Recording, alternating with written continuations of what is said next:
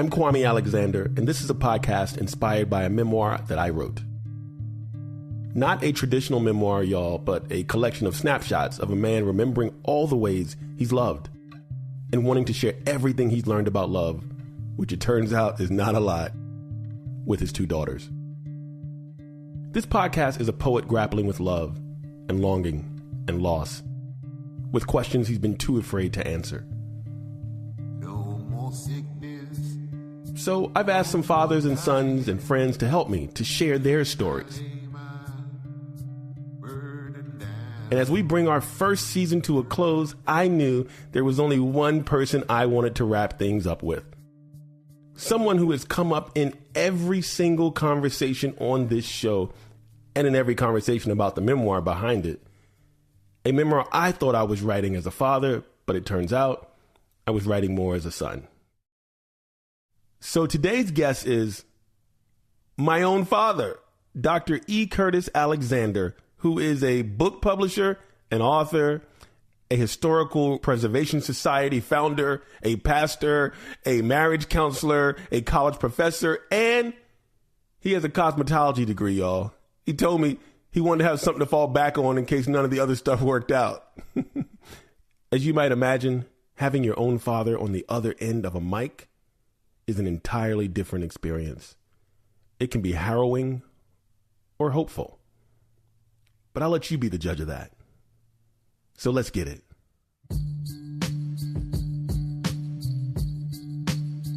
I am here for the finale podcast episode of the first season of Why Fathers Cry with my father. How are you? Can't complain, yourself. We don't have to be so formal. Well, I can't complain still. I'm blessed. Well, that's good to hear. I'm blessed too. Let me just start off by saying I am giving you first right of editorial refusal for anything that's said in this conversation. Okay. Being I'm last, I'm offended already, so we can proceed. I'm not waiving any editorial expectations or consequences or whatever the term is, and both of those are the wrong terms. Indeed, indeed. Yeah, I admit that. So this is episode number 6, the final one of the first season. I've done 5 of these. I heard. Have you listened to any of them? No, I refuse to because I wasn't first. So this is how this conversation is going to go. Not really. We're going to smooth out. The flow is going to get better, but I had to express myself. You know, one of the things I talked about in the memoir was how there were so many questions I wanted to ask you, and I never did. Okay. And probably because it was none of my business. Or I think one of the, my narratives, as you say, was that I was afraid to ask him. Well, it's kind of hard to say because I don't remember that lack of feeling that you could ask questions because I didn't think we had that kind of household. But I'm the father and you're the child. So maybe you should have expressed yourself in a different way. I learned how to express myself from you. Yeah, right, but I got that from my father.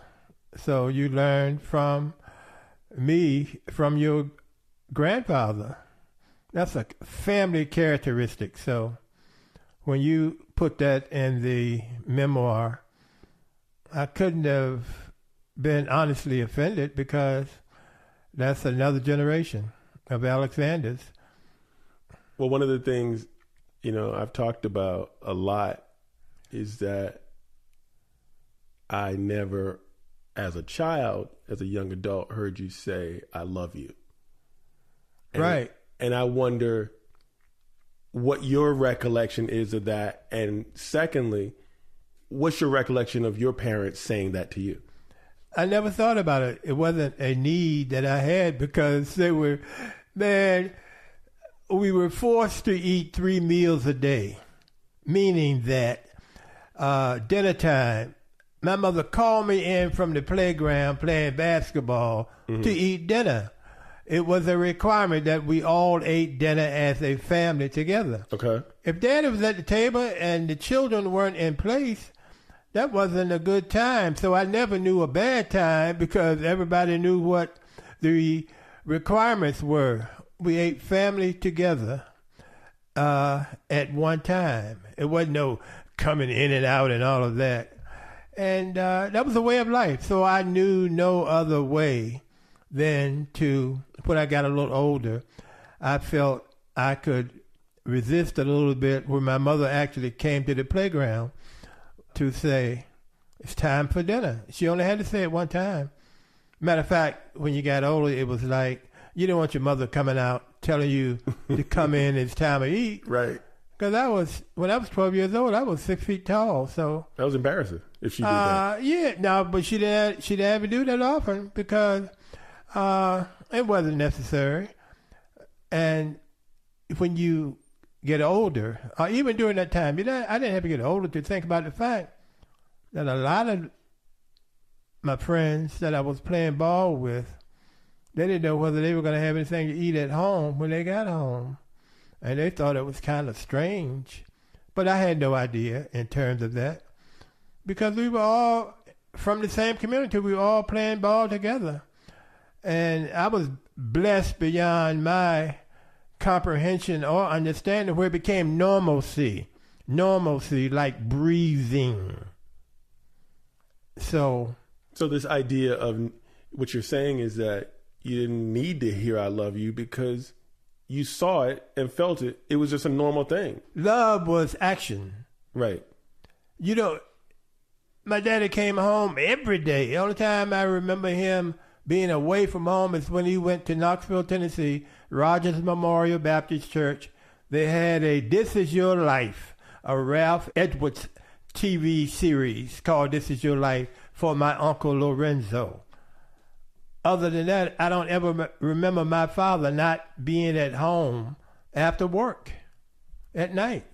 So the whole idea was I learned not by a book or a test, but by living in the household that I was blessed to be born in, literally, because we lived in the house that I was born in. They didn't have hospitals in Norfolk County, now called Chesapeake at the time. So the whole concept of love was the actions of both parents. And I don't know, put it like this, today I don't have a definition for unloved growing up. I can't think of examples or instances, etc. I've never felt like I wasn't loved. Like I knew that. But what did you call love? I call love being able to stay at the Stouffer's Mayflower Hotel. You know, I call love eating and not liking your mustard macaroni and cheese, but you cooking dinner for us. I call love us playing ping pong. I mean, love was there. I mean, I've never questioned that. Is it important to hear the words? Well, you are the person to answer that because I don't know the answer because I never needed to do it. Got it. What happened in the Air Force? You shared this story with me about how you knew you were loved. You gave me an example. I could give you many examples. Right. I gave you an example. My father never wrote me a letter. My mother wrote me every day. So if you experience basic training, and for veterans, they know what I'm talking about. Man, during mail call, if you don't get a letter from somebody, you're the joke of the squadron. Because mail call was a big deal. And there were fellow airmen who didn't get mail call, man. You need some water? No, I don't need any water now. That you ask me questions that bring back memories, which brings back feelings. Right. So it's not something like a verbatim thing or something that you practice. Right. You got to bring up questions that really don't have any significance. Because when you talk about a concept such as love, my life was one of being loved.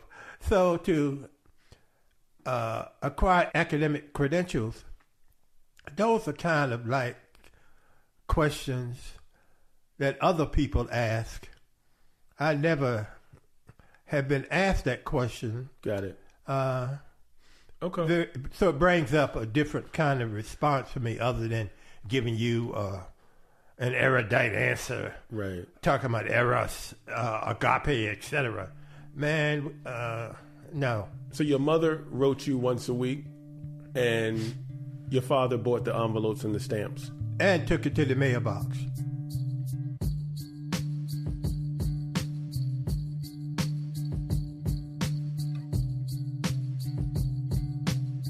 One of the things I remember is that in our household, when I think about the music we listen to, I listen to hip hop on my own. I don't remember music being played in the house. I remember when it was played in the car, I want to say it was gospel music, but rarely was played in the car music. This is my memory now. I know we had a record player. I don't remember records being played. We had a stereophonic. We had a stereophonic, big old thing. Right. That I never remember us using. But this is the music that has had the most profound impact on my life in general. And as it relates to you, this is the music that I've associated with you. So I'm just going to read this piece. It's called The Gospel Truth. And I just want to get your reaction to it. Okay. Kneeling in the musty attic, looking for our old record player inside cobwebbed milk crates filled with moldy textbooks, dissertations, and his old fiery sermons on cassette next to a green milk crate of credit cards and expired passports, I discovered jazz for the first time. Duke Ellington's Heaven, nestled right between Nancy Wilson and Miles Davis, the three of them side by side, trumpeting a kind of sentimental wonder. It is up here in this sacred space where I find the melody to build a dream on, where I rejoice, where I realize that my father may not be all blues, where I fall in love with him for the first time. But that's a whole other story. See, that came about, we didn't have LPs. They were 78s at that time, LPs in the Air Force. The only reason I had one of the best collection of jazz and rock and roll, mostly jazz and gospel music in the attic, was because it helped me maintain my sanity in Rapid City, South Dakota, Ellsworth Air Force Base, 2,000 miles from home. The church wasn't what I thought it was in the Air Force, because keep in mind, you could count the number of the only black people in Rapid City were affiliated with the base. They were airmen who were staying in town rather than on the base. But the whole idea I learned from my comrades in the Air Force, the ones from Chicago, Detroit, and New York. I learned about Malcolm from a friend of mine named Scott, who lived in Harlem. I learned about Mahalia Jackson was on LPs, not to listen to her on the radio, in my home, because we didn't have a record player, let alone a stereophonic. My favorite artist was Billie Holiday. I never heard of Billie Holiday, but the range, when you meet people from different places, different backgrounds, and everybody brings something to the encounter. When we were serving in the Air Force, so we learned from each other. So that's where those records came from, records that you can go on, I would suppose, eBay now and sell them for big bucks because they were first editions. Right. These weren't used stuff. They were brand new. I was a member of RCA Record Club, right. Capitol Records. Columbia Records and Tape. Columbia Records. Right. Right. I can't think of any other big company. But what I'm saying is that's what I did when my fellow Air Force brothers were drinking and smoking, etc. I was listen to my LP. I bought a new stereophonic record player. I didn't have a record player, a 12 by 24. I had a stereo with 2 speakers on the end. So that's how I use my time: reading, writing, and listening to music. So that's a prize collection that you have now. Yep. Got it. Mm-hmm. Well, I love listening to those records. Every time I see Ella live in Berlin, every time I see the album cover or I see Nancy Wilson Today, Tomorrow, Forever, whenever I see these albums, I think of you. Okay. It's a good feeling. One thing that I was raised to do was to learn, to acquire knowledge, to become a better person, and to acquire the ability to make a better living. My father, I'll never forget this. Things were horrific in terms of segregation. You had black people in my community who had completed college, who had college degrees, working at the post office.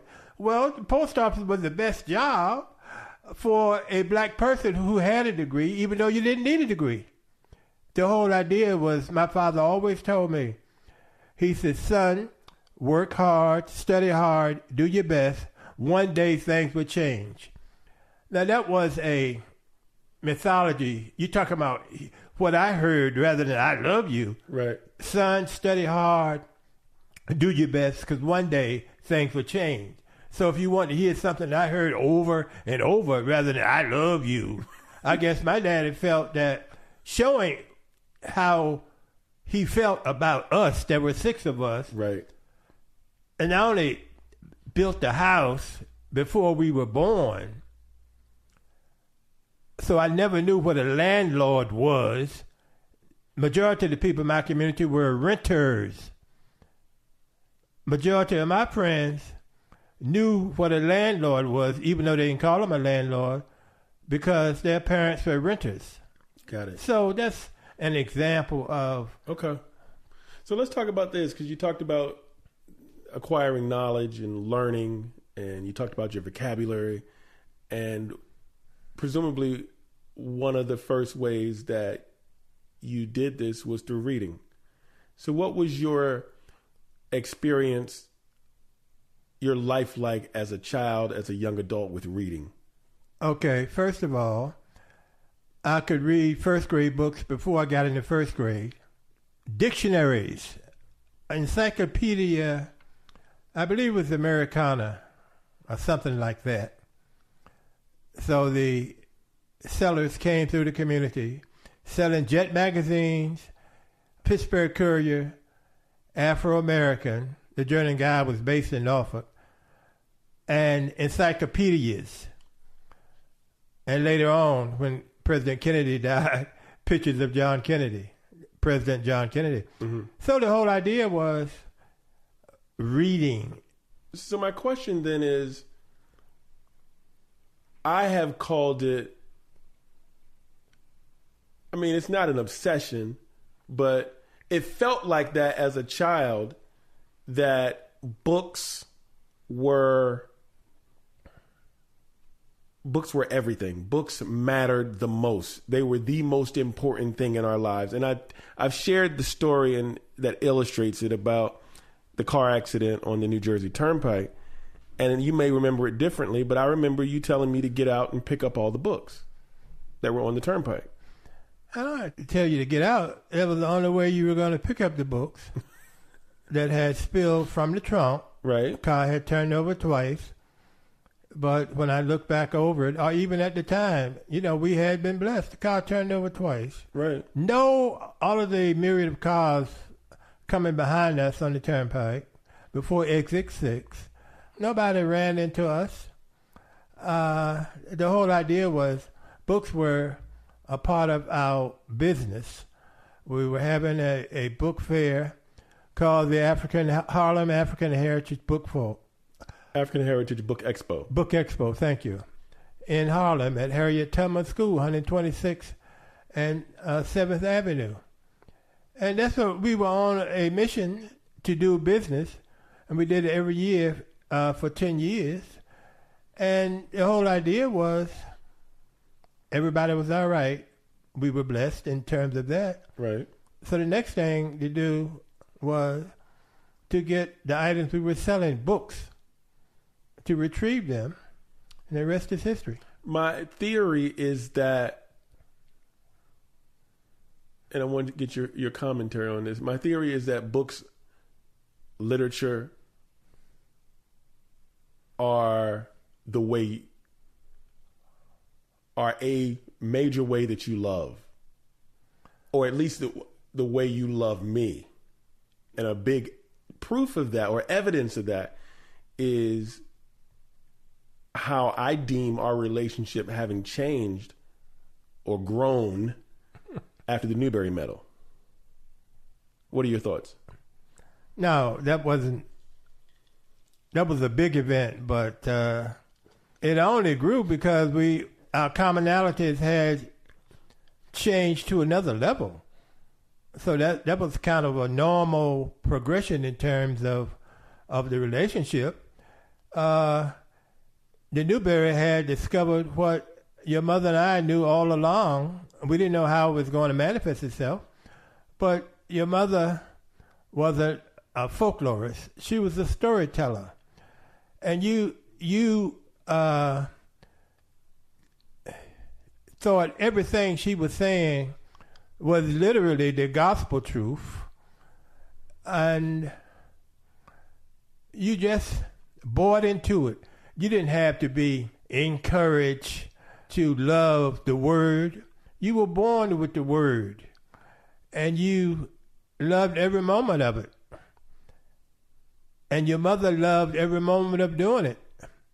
And not only were you taught to love the word and to master the word, but you were taught to share and pass it on to your next sister, who was 3 years later.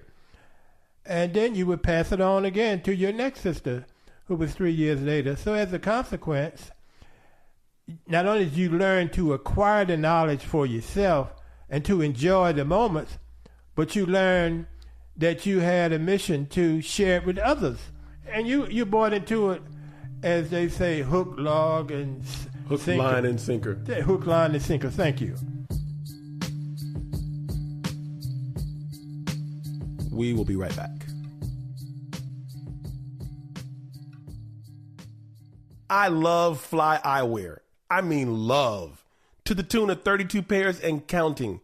But I'm about to add the pièce de résistance to the fold, my own limited edition frames. That's right, the Haiku Collection, created in collaboration with the incredible team at Kirk & Kirk.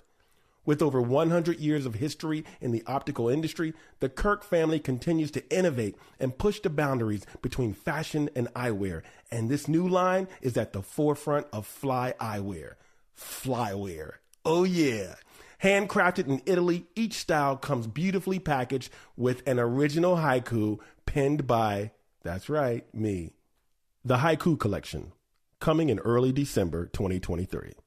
Head to kirkandkirk.com/Kwame, Kwame, and sign up to receive news and updates on the Haiku Collection eyewear, including VIP pre-order access. Your specialness came from the fact that you were treated special and you thought you were special and that nobody could change it. So you just exhibit the myriad ways in which you were special by developing your own understanding of what we call Kuumba in Kwanzaa. Creativity. Creativity. So you thought it was like a natural way to be to use the words that you had acquired, the stories that you had acquired, that you love reading. And the result is what we see today in terms of your affinity for the written word and understanding how words can make a difference, how words literally are power if used properly. So you were one of those readers who loved reading. For example, when you were 6 years old, Walker Memorial Elementary School, Fayetteville, North Carolina. I had acquired a job as Director of Staff Development for Education District 4, which was comprised of 18 school districts. And one of the first things they had for first graders, the first child to read 100 books would get a shirt. And you had no idea what 100 books was. You just knew they were books, they had words, they had pictures, and you could read them, and people liked to hear you read, starting with your parents. And you were the first one in the first grade class to read 100 books. They had a year to read them. You read them in a month. I remember the T-shirt, the white T-shirt with red letters. So this love and appreciation and commitment and the excellence of words. This is a significant thing in my life. And so to go back to that question that I was asking, I'm going to ask it in a different way. Okay. When I won the Newbery Medal, which is the ultimate sort of display of excellence in words, at least as it relates to children's literature in America. When I won the Newbery Medal, the difference in mommy the day before I won and the day after was minimal. Like she was the same person. My feeling was that you changed, or maybe it was my perception of you that changed. But I'm curious, what did winning that award do for you as my father? Oh, what did it do for me? It showed that, see, you were the first to be a part of an experiment that we had in terms of... We as in mommy and you. Right, in terms of our children weren't going to be average. They weren't going to be better than anybody else, but nobody else was going to be better than them. And you showed achievement that what we were doing with you was being accomplished at a national level and obviously later on at an international level. We didn't know what we were doing, but we knew we weren't going to do the same thing. And you assisted us, whether you liked it or not, because I don't recall you complaining about the acquisition of knowledge, the use of words, because on one occasion you may remember you did a term paper in high school and the teacher gave you a less than stellar grade, a failing grade, and you showed it to me, and we went over to the school and talked with the teacher, and to make a long story short, the teacher changed the grade to an A. But what was that about? That was about the fact, man, that you were talking about, you had read Things Fall Apart, Chinua Achebe, Frantz Fanon, Wretched of the Earth, Towards the Dying Colonialism, etc. Lucille Clifton was like just another name with a bunch of books that you love reading, so you could call the roll. And they didn't expect that because one thing, when you were in the 5th grade, I believe, no, 7th grade, at any rate, at a forensic contest, the 2 judges gave you 3rd place, and we asked why, and they told us that your presentation was like college because you were presented a County Cullen poem. Well, the problem was she didn't know who County Cullen was, but she knew it wasn't grade school stuff. What is Africa to me? Copper Sun or Scarlet Sea? Right. Heritage. Yeah. But you had access to those books. And so it wasn't like, oh, these books are for college. You weren't in college. You weren't in high school. You were in elementary school.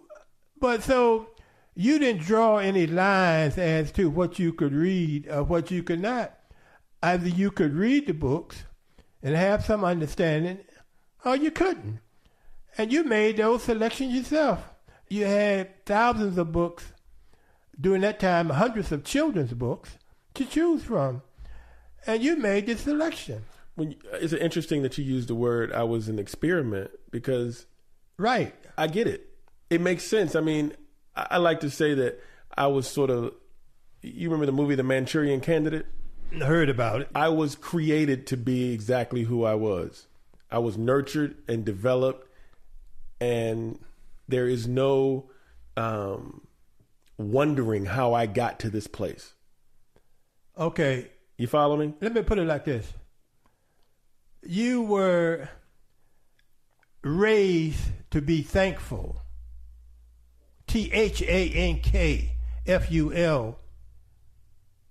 As a human being. But as a human being with a brain, you were raised to be a THINKER, which had no limits. So there was no path charted for you. You charted your own path because you enjoyed the acquisition of knowledge. You enjoyed making presentations. You had no hesitance about being selected in your classroom. You relish being the spelling bee champion at Crestwood Elementary School. Right. If there was a spelling bee, you entered, you knew words, you liked learning new words, and you liked spelling words. So you expected to win. So the story goes on and on. If you have anybody in Paterson, New Jersey, who took any of my classes, they can tell you what I told them between 1972 and 1974, that my son is being raised, he's a part of an experiment, and the rest is history. This experiment has created this extremely successful writerly career that I am fortunate to have. Contrarily, when we look on the personal side, emotionally, and of course, I want to preface any of this by saying, if you don't want to talk about it, you just say you don't want to talk about it. How about that? Romantically, I've been through, two, I'm not going to say failed marriages, because there were really good parts of the marriages, and I have love, but the marriages didn't work out in the traditional way that marriages work out. And so I guess my question to you is, did you consider yourself a romantic person when you were dating in college and when you were courting mommy? Well, your mother could answer that best. Uh-huh. And unfortunately, she's not here. So I can't answer that, but she thought so, and that was the only thing that mattered. Got it.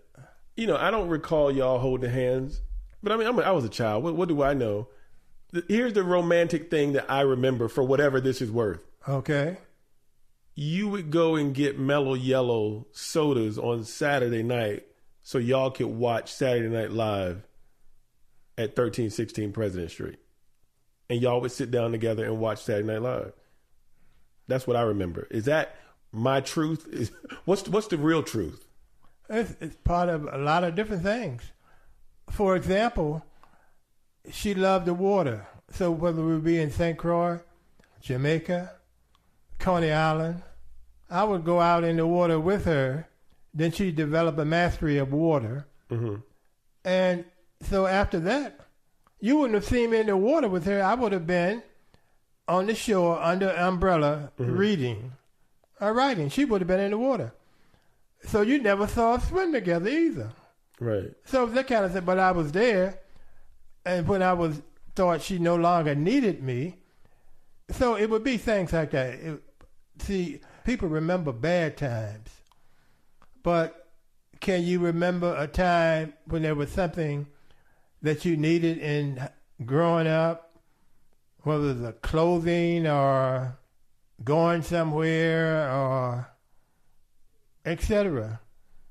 Do you remember not being able to get it in the household that you were raised in? Right. So those are questions that each of the siblings have to ask themselves.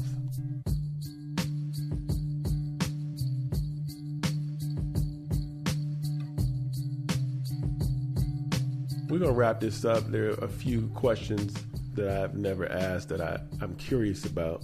Okay. You used to call me Jim as a kid. I never asked why. That was a term your maternal grandfather used.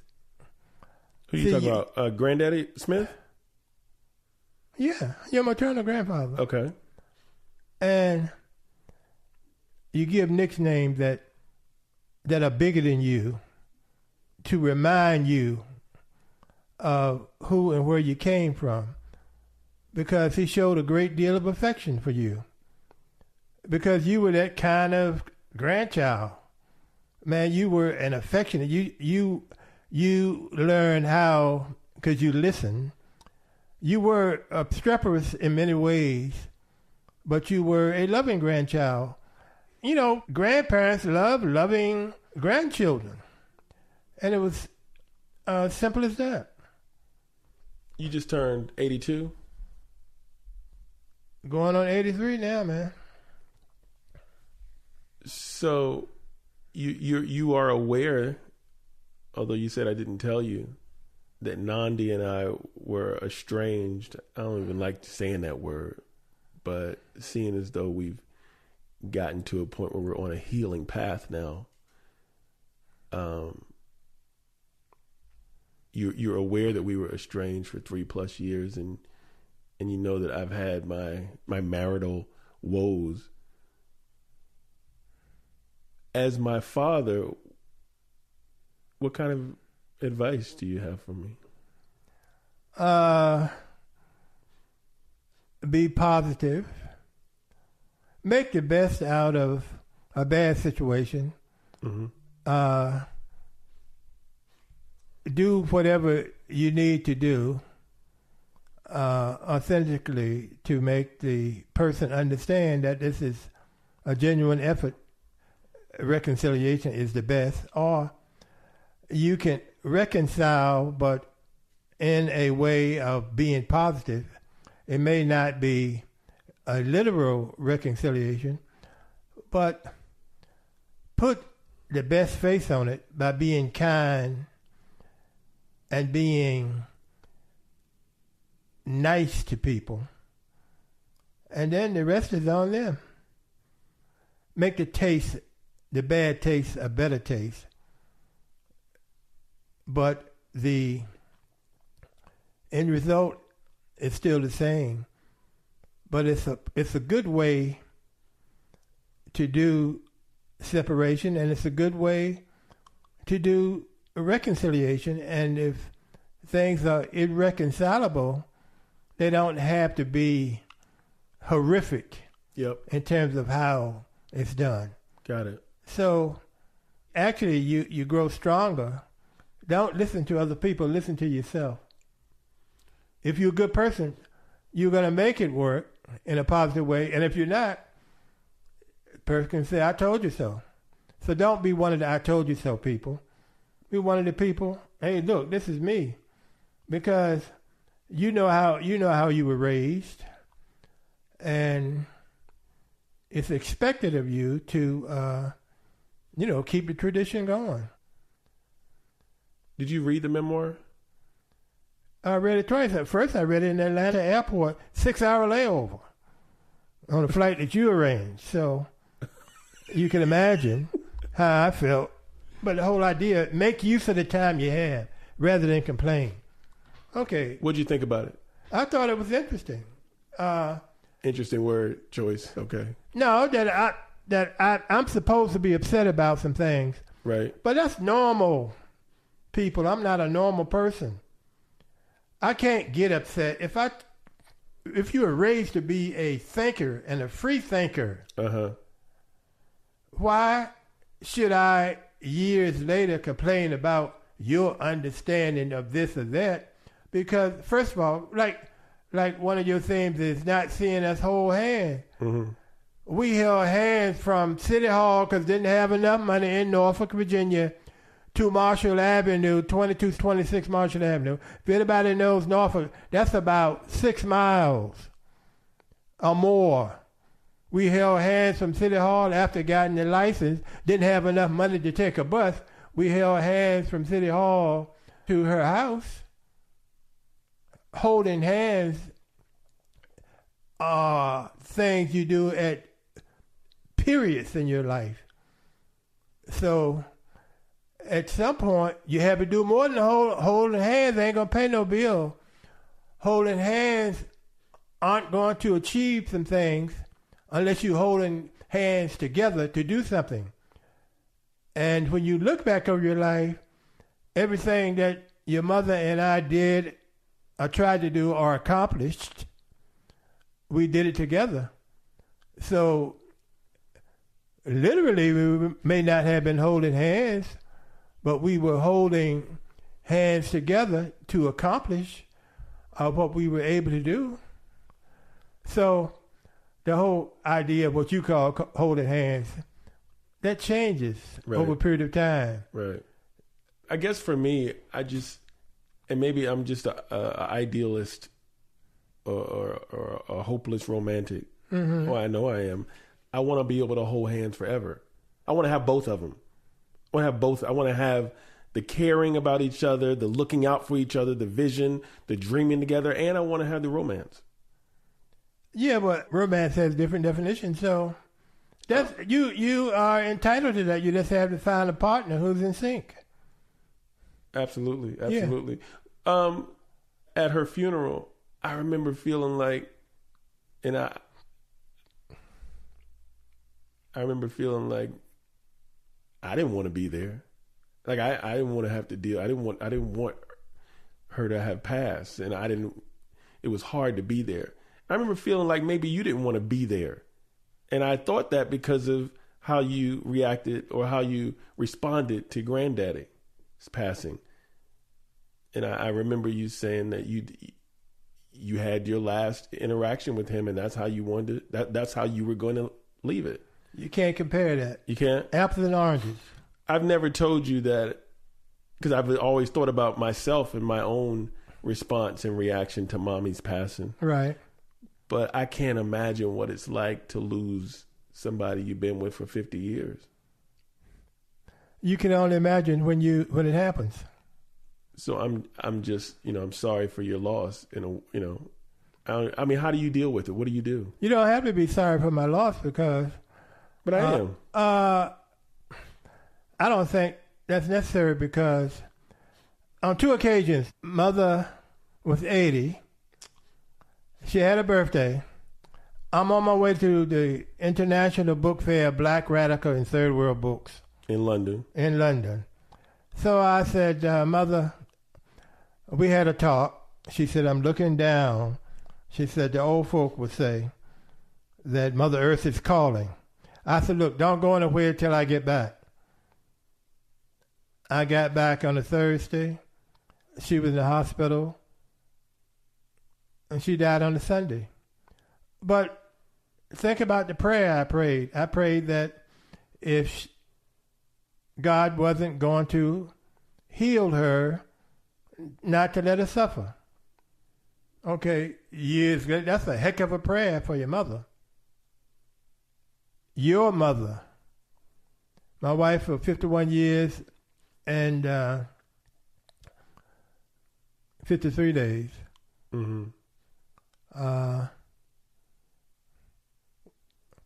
She told me the week before she died, she said that she was tired and she was ready to go. Mm-hmm. Now you can tell somebody you're tired and ready to go, and I'm going to pray that she be kept with us. Right. That's kind of selfish. Right. Okay. It was kind of selfish for me to say that about my mother. Right. But the whole idea is that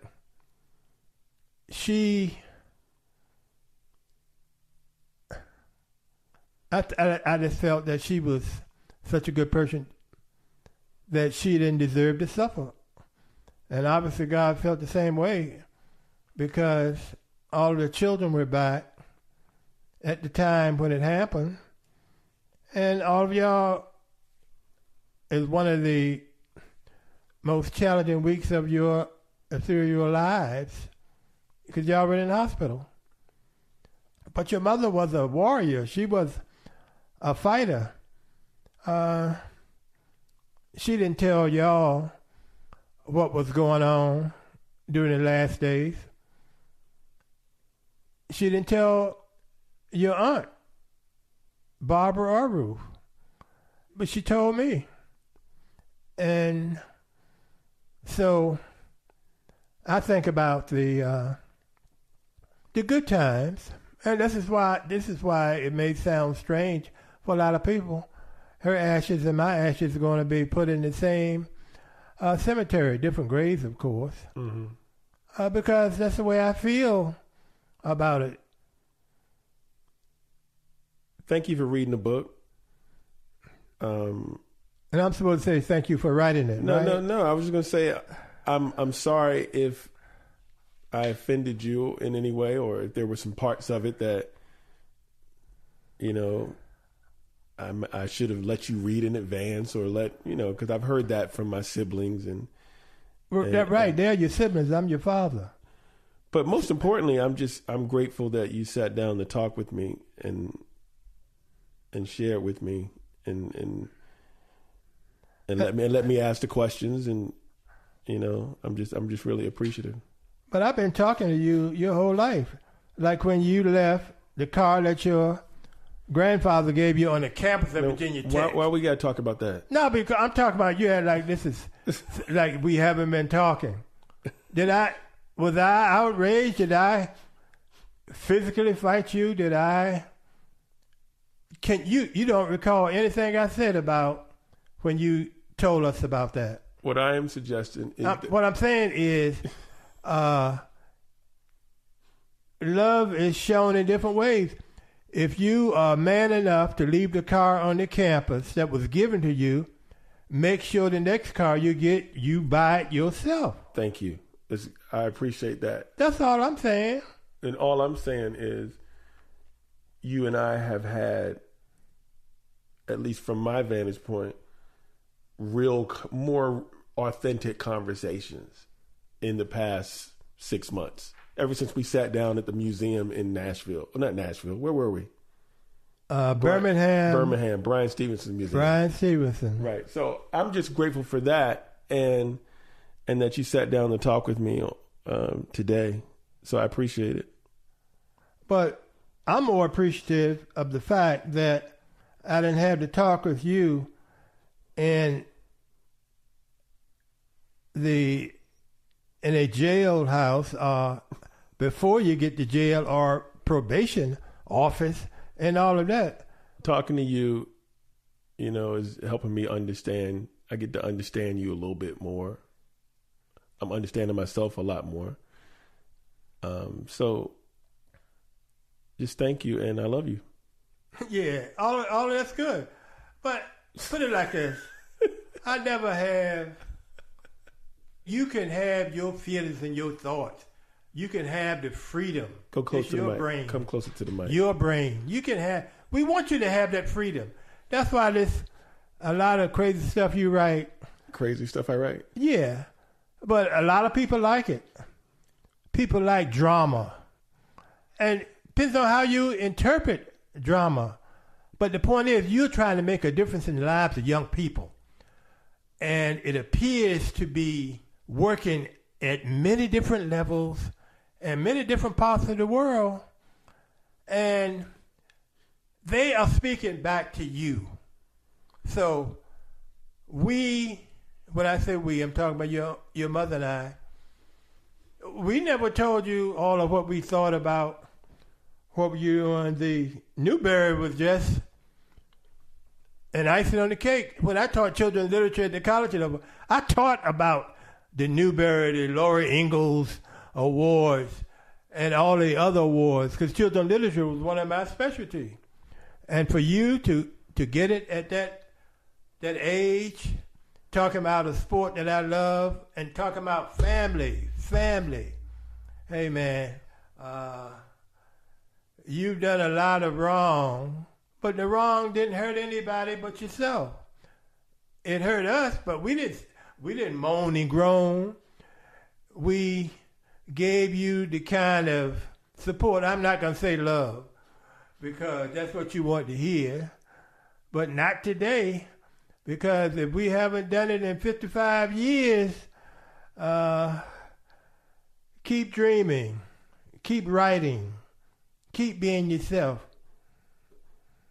This is the Why Fathers Cry finale episode. I've been talking with my father, Dr. E. Curtis Alexander. Hope you all have enjoyed it. I hope you enjoyed it, Daddy. And thank you for doing it. I'm supposed to say thank you for asking. But, man, you are concerned about other people, other people's children, and making their lives better and offering your contribution. That's the thanks that you're giving to us. Yep. Because you're giving back what your mother instilled in you in your own way.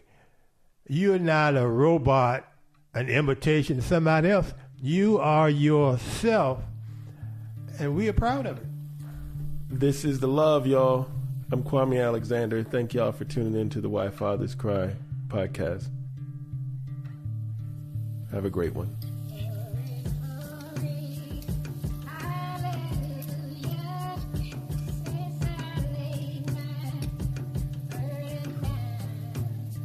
Why Fathers Cry is a Big C Entertainment production, hosted by Kwame Alexander, produced by Sarah Grace McCandless. Post-production by Jeremy Brieske at Burst Marketing. Theme music, St. State Street, composed by Joshua Gabriel and Bryant Terry. Learn more at whyfatherscry.com. Special thanks to our guests, our sponsors, and to you for listening wherever you get your podcast. We appreciate you.